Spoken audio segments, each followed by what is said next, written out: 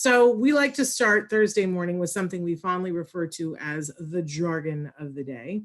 This is when we take on one word, one phrase, one acronym. We try to figure out what in the hey nanny nanny are the experts talking about?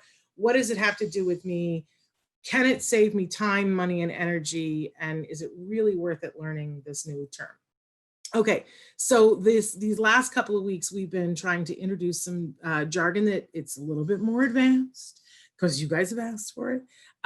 We know that there are many universities now who are using our jargon terms. The students are using them to study, which just cracks me up because we started doing these so we could keep up with you. And now you're telling me that they're benefiting you. Woohoo. I mean, like, that's just makes my day. But we've got some new jargon terms. We've been talking about schedule of reinforcement, and now we're going to delve in to some of the bigger, fancier words that our folks use. We're going to go through two jargons today because we haven't been able to get through any others this week because of varying and sundry Zoom issues. So our first one here today is fixed ratio reinforcement. Doesn't that just make you want to beat your head against a wall? Like what, huh? It sounds like math. Anytime you bring up ratio, I'm like math and I'm running for the hills, right? So let's take a look at our actual definition, see if we can poke some fun at it, and then we'll look at the working definition, shall we? So fixed ratio reinforcement is the delivery of awards on a consistent schedule that is determined by a ratio of responses. Thank you very much. It's one of my favorite things when you ask someone to define something and they just take the words and put them into a blender and go, here's the same words right back at you, but I put them in a different order.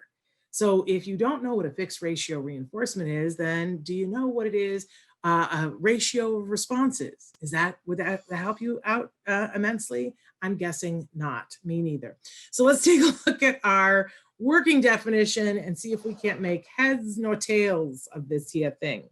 Fixed ratio reinforcement, giving a reward after acquired number of responses. Okay, I'm getting closer, but I'm not quite there.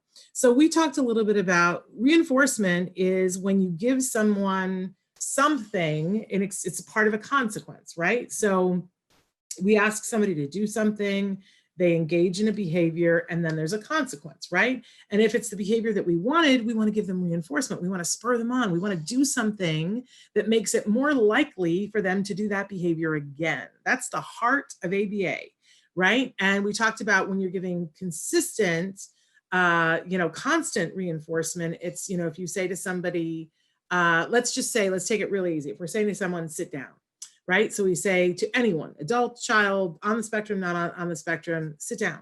And we want them to, always sit down when we say sit down. So in the beginning, we would give them that constant reinforcement. So we say sit down, and they sit down and we go, yay, and we tickle them. And, in some cases, for some kiddos, that they'll get a reinforcer that's a toy to play with for a couple of minutes, or they get a gummy or a part of a cookie, because we really want them to see, hey, it's worth your while to do what I ask you to do, right? But you can't do that every time, right? So in the beginning, we would, just the first couple of times, so they go, oh, wow, every time they say sit down and I sit down, I get something. Okay, I guess I'm going to listen from now on. But eventually, we don't want to reinforce every single time. So we're going to make choices about when we reinforce. So one choice is a fixed ratio. So we're going to pick, we're going to say we're going to do 10 trials of sit down. And in the beginning, maybe we're going to reinforce after every 3 trials.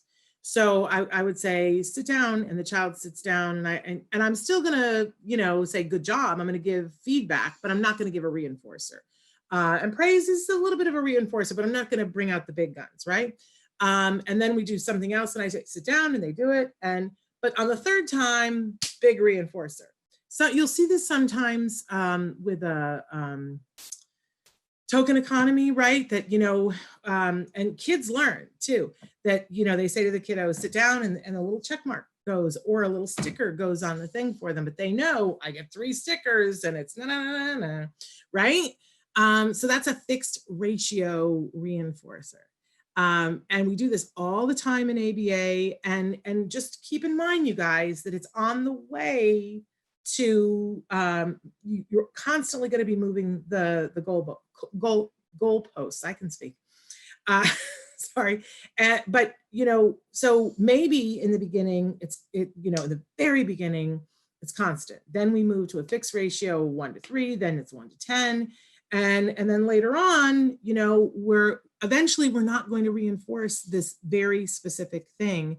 We're going to move on to reinforcing other things. Okay. So fixed ratio reinforcement, it's a really good thing. Now you know. And it's abbreviated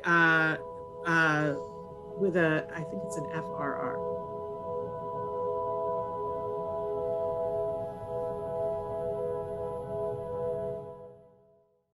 Hey, thanks for watching Autism Live. To subscribe, click here. And if you'd like to check out some more of our videos, click here.